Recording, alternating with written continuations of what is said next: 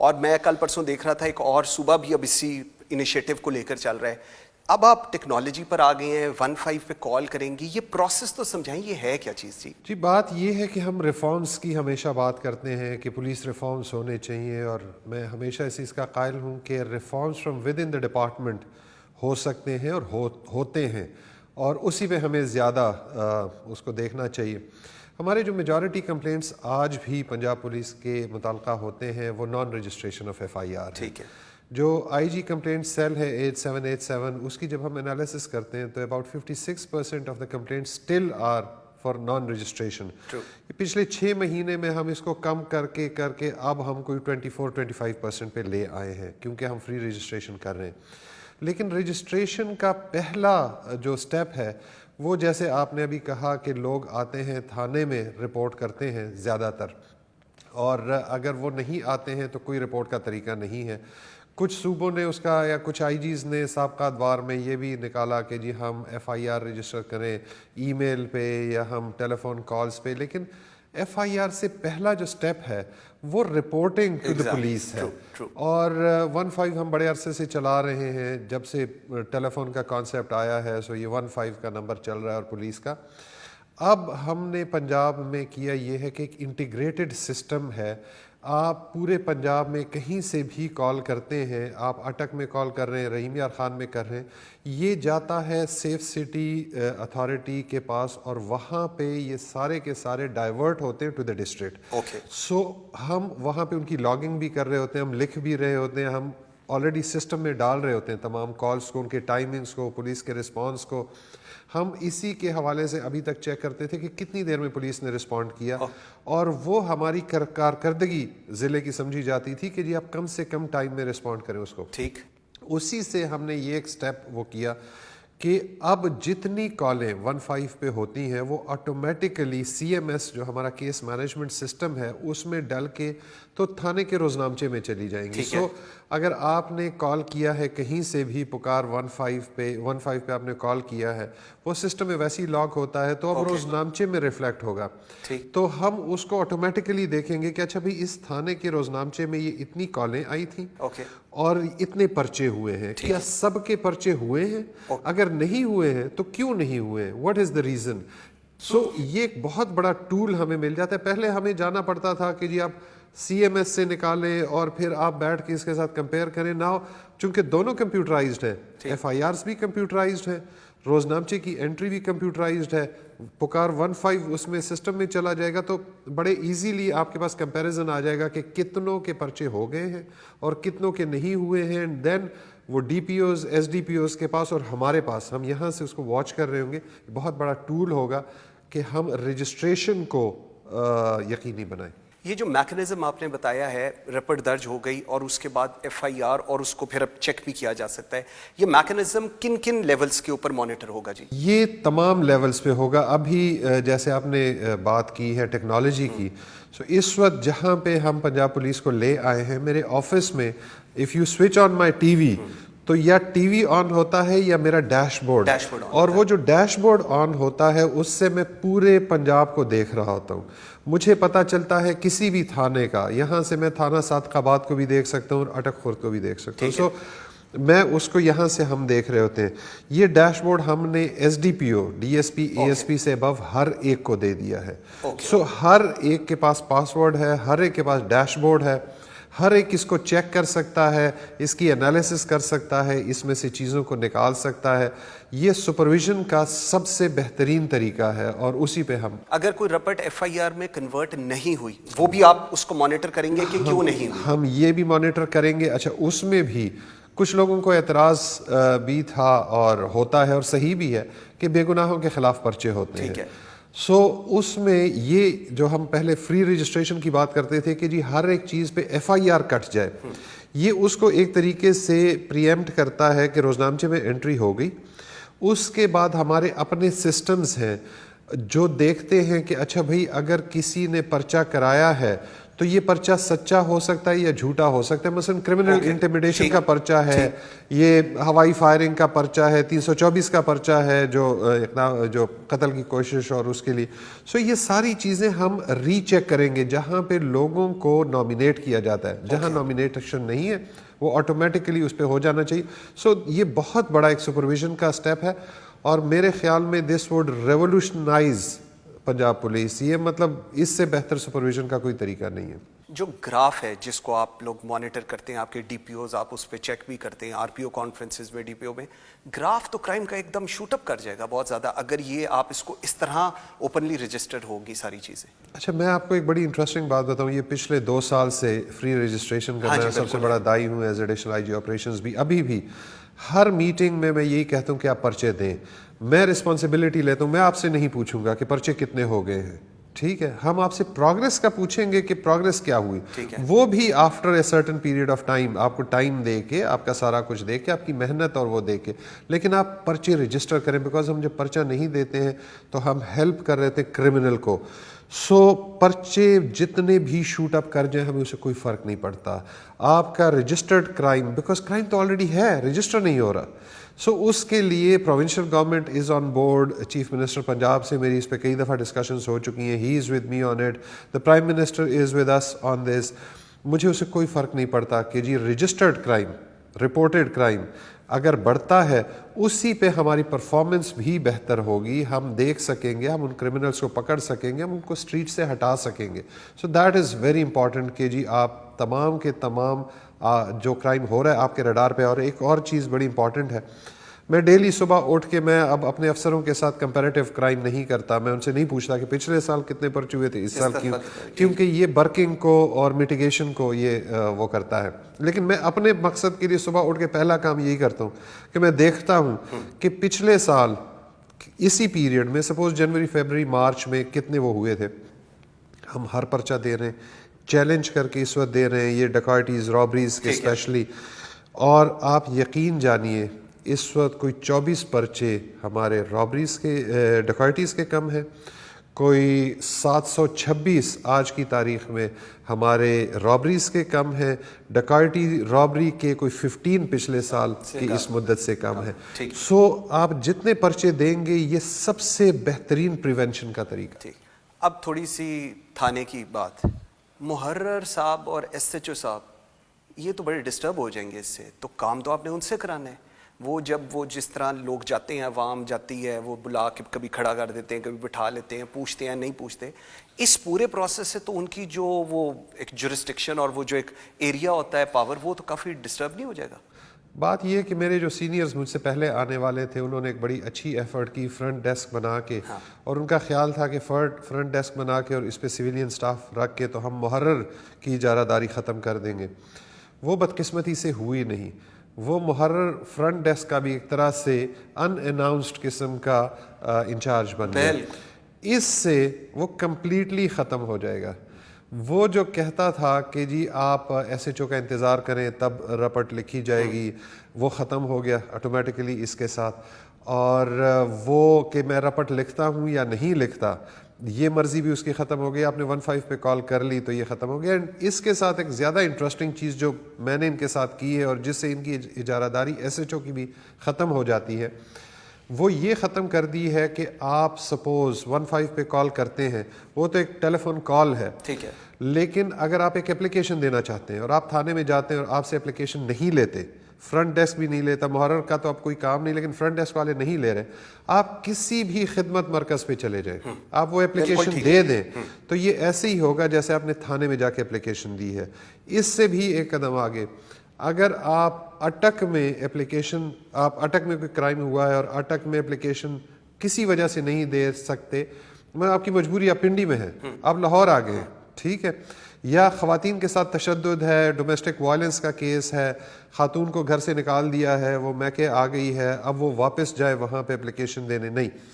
Suppose رحیم یار خان میں کچھ ہوا ہے اور آپ نے لاہور میں خدمت مرکز پہ اپلیکیشن دے دی ہے, تو اس کا مطلب یہ ہوگا کہ آپ نے رحیم یار خان کے اس تھانے میں یہ اپلیکیشن دی ہے. یہ ایگزیکٹلی ایسی سسٹم میں انٹر ہوگی اور ایسی اس پہ کارروائی ہوگی. یہ انیشیٹو جو آپ نے لیا ہے اپیرنٹلی جو آپ بتا رہے ہیں جو لوگوں کو سمجھ آ رہی ہے یہ وہ چیز تھی جس کو جو ڈویبل تھی پہلے بھی ہو سکتی تھی, پہلے کیوں نہیں ہوئی؟ پہلے بائنگ نہیں تھی, ولنگنیس نہیں تھی. اور یہ جو ابھی محرر والی آپ نے بات کی, آپ نے, میں آپ کو صحیح بتاؤں, آپ کو خود بھی پتہ ہے کہ واقعی ہی محرر صاحب بہت بڑی پوزیشن ہوتی ہے تھانے کی. بہت سارے لوگوں نے ان کو ٹرانسفر پوسٹنگز کی کوشش کی, شاید آئی جی ٹرانسفر کرنا آسان ہو, محرر کے لیے اتنا مشکل ہے. انیشیٹو اب کس طرح ہوگا؟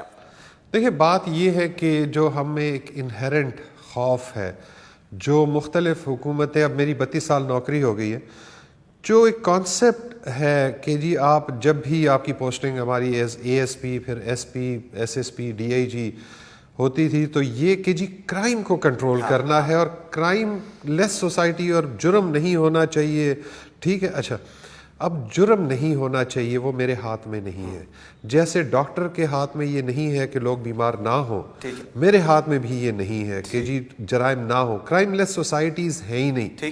ٹھیک ہے, اور ہماری جیسے جس ماحول میں ہم ہیں, سو ہمارے پاس اور کوئی طریقہ نہیں تھا سوائے یہ کرنے کے کہ ہم یا پرچہ نہ دیں یا ہم میٹیگیٹ کر کے دیں. ڈکیتی ہو گئی ہے تو ہم چوری میں پرچہ دے دیں, گاڑی چھن گئی ہے تو ہم گاڑی چوری ہونے کا پرچہ, اگر بہت پریشر آ گیا, اچھا طاقتور آ گیا, پیسے والا آ گیا تو ہم نے پرچہ دے دیا, غریب آ گیا اس کا پرچہ نہیں دیا, لیکن اپنے کرائم کو کم رکھا کیونکہ ہم نے جواب دینا ہوتا تھا کمپیریٹو پہ. مجھے کوئی فکر نہیں ہے, مجھے کمپیریٹو کرائم کرنی ہی نہیں ہے. میں نے پچھلے سال کے ساتھ کمپیریزن, آبادی بڑھ رہی ہے, حالات ڈفرینٹ ہو رہے ہیں. سو ٹھیک ہو گیا. موٹر وے انسیڈنٹ کا بھی فیصلہ آیا, دونوں جانوروں کو 14 سال اور اس کے بعد سزائے موت دی گئی.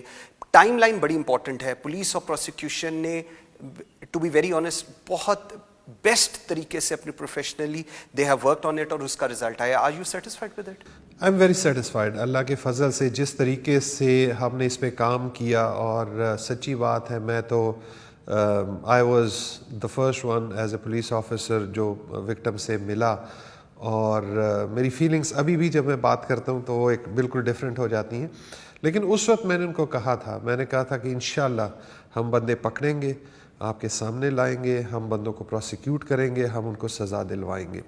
پھر جب ہم نے پکڑے, اور اس کے لیے بڑی محنت ہوئی, سچی بات ہے, تمام پنجاب پولیس کے آرگنائزیشن, سی ٹی ڈی, ہماری لاہور کی پولیس, ہمارے باقی اضلاع کی پولیس, اسپیشل برانچ, ایوری بڈی پرفارمڈ, ہر ایک نے بہت محنت سے کام کیا. وہ ہماری محنت وہ ظاہری بات ہے اس میں تھی. اور پھر پروسیکیوشن ظاہری بات ہے جس طریقے سے ہمارے ساتھ چلی, گورنمنٹ نے جس طریقے سے ہمیں سپورٹ کیا, سو وہ سب کا ملا کے یہ ایک بہت اچھا, اور دس از اے بیوٹیفل کیس اسٹڈی میرے خیال میں کہ کس طریقے سے ٹیم ورک کر کے ہم ان چیزوں کو بہتر کر سکتے. آپ بگ آئی جی پی, میں نے اپنے پچھلے پروگرام میں بھی بتایا تھا, مجھے جب پتہ چلا تھا آپ ان خاتون کو ملنے گئے, آپ نے ان کو کنونس کیا, وہ نہیں انویسٹیگیشن میں آ رہی تھی اور آپ پرائیویٹلی گئے تھے. یہ انیشیٹو میں نے کبھی نہیں دیکھا, میں پولیس کو بہت جانتا ہوں, یہ انیشیٹو میں نے نہیں دیکھا. اور یہ جب آپ کے پاس آیا تو اس کے بعد جب ہم نے شیئر کیا تو آپ کی بہت ساری فورس کے جو کمانڈرز ہیں, D P Os, R P Os, they were of the کہ سر ایکچولی میں آئی جی صاحب نے یہ کیا تھا. Sir what came in your mind? بات یہ ہے کہ وہ اگر آپ اس وقت کو یاد کریں, اس خاتون کو, اور اس کے طرح جتنی بھی خواتین ہیں ہماری, اور my duty as commander of the force, میری responsibility as S H O of Punjab, because I G Punjab is S H O, station house officer of the whole of Punjab. اس کیپیسٹی میں ظاہری بات ہے یہ میری ایک رسپانسبلٹی تھی, لیکن ایک مرد ہونے کے حیثیت سے, ایک بھائی ہونے کی حیثیت سے, ان خاتون نے, میں پہلے بھی ایک آدھ انٹرویو میں کہہ چکا ہوں, وہ جتنی باتیں وہ مجھے کر رہی تھیں, اور میں ان کو دونوں کیپیسٹیز میں ایز آئی جی اور ایک مرد ہونے کی حیثیت سے, میرے خیال میں میرا یہ فرض بنتا تھا کہ میں ایز آئی جی جا کے ان سے, بیکاز ان کی سیکیورٹی واز مائی رسپانسبلٹی. ٹھیک ہے, جو کہ میں نہیں کر سکا تھا اس وقت. ٹھیک ہے, تو مجھے جا کے ان کے سامنے یہ ماننا تھا کہ یہ میری غلطی ہے. ٹھیک ہے, اور آگے ان کے ساتھ یہ وعدہ کرنا تھا ایک بھائی کی حیثیت سے, کمانڈر آف دا فورس کی حیثیت سے, کہ میں انصاف دلاؤں گا. So ultimately we were able to do it. And اس میں جو لوگوں کا اعتماد کورٹس پہ بھی میرے خیال میں اسے بہت بڑا ہے. جب ہم نے یہ گرفتار کیے تو بہت ساری اس وقت یہ باتیں بھی تھیں کہ پولیس والے مار دیں گے اور یہ کر دیں گے وہ کر دیں گے. ہمیں لوگوں نے مشورے بھی دیے, میڈیا نے بھی بڑے دبے انداز میں ہمیں مشورے دیے کہ جی انصاف نہیں ہوگا, لیکن آئی ٹرسٹڈ آر جوڈیشل سسٹم. مجھے پورا یقین اس وقت بھی تھا, اب بھی ہے, کہ اگر ہم ایک اچھا کیس بنا کے لے کے جائیں گے تو کورٹس ڈیفینیٹلی سزا دیں گے. انعام غنی صاحب, thank you very much. Viewers, at the end of the programme اگر پروسیکیوشن اور پولیس اکٹھے کام کرے تو یہ ایک رزلٹ ہے, ایک ٹاسک ہے, ایک ہم نے دیکھا ہے کہ آئیڈیل سچویشن کریٹ ہو گئی ٹائم لائن کے حساب سے. اور اف ناٹ بیکاز کہ we are sitting here, but if the commander of the police himself privately go and can visit such situations, تو that actually tells the depth of the institutions and the people who are getting groomed in it. Thank you very much for watching Pakistan Today. You can follow us on Facebook and Twitter. مجھے منصور اعظم قاضی کو اجازت دیجیے. اللہ حافظ.